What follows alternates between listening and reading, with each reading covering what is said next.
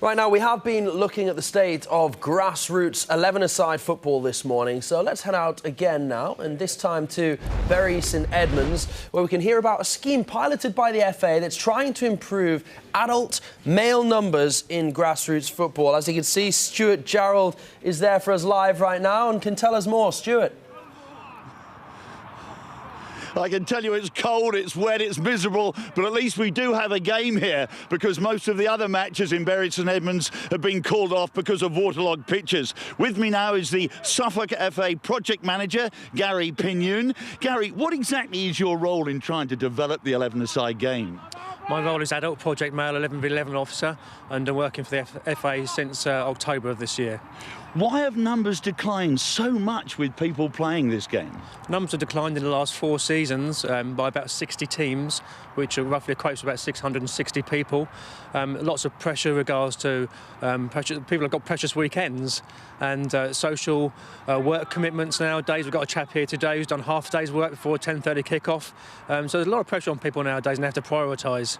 Is it because perhaps they can't afford it as well, with having to pay for referees and pitches and budgets being tight? Yeah, affordability is also an issue, and we have to look at local authority costs with regards to pitches, referees costs, and obviously sponsorship and things like that is not so easy to come by nowadays. So yeah, cost has come into it as well. So what are you trying to do here in Suffolk to arrest the decline?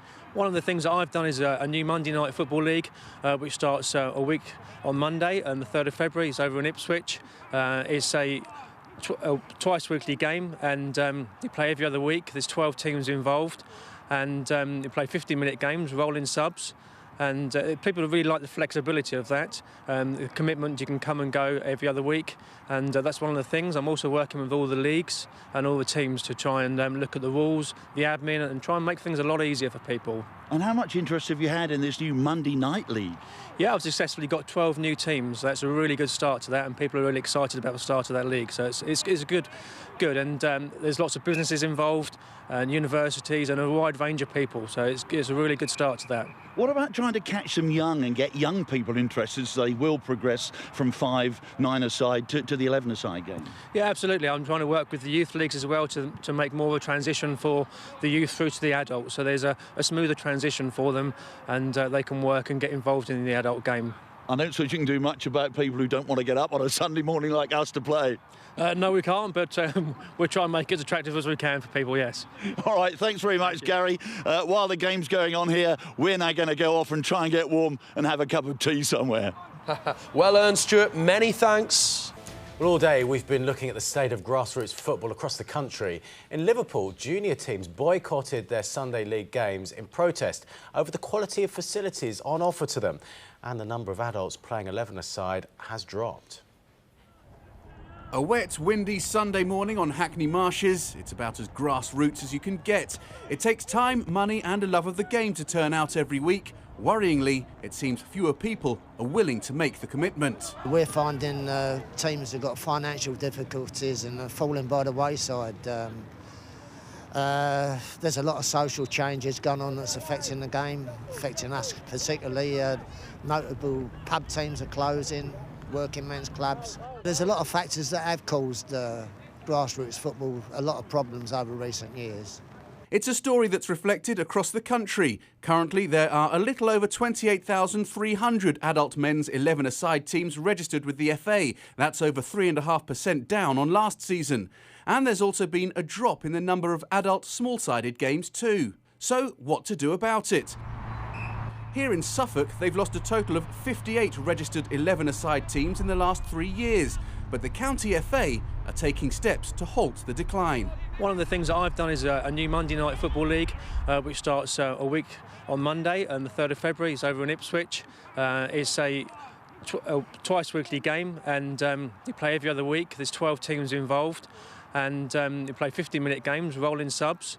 And people really like the flexibility of that, the commitment. You can come and go every other week, and that's one of the things. I'm also working with all the leagues and all the teams to try and look at the rules, the admin, and try and make things a lot easier for people. Sunday mornings, a lot of people don't really want to get up at that sort of time in the morning and come in, especially in this kind of weather. It's not great out there today. The younger generation are now playing Xbox. I mean, it's true, because you see a lot of people doing it. I mean, not a lot of people are out here. I mean, it's cold today. It took a lot for me to get out of bed.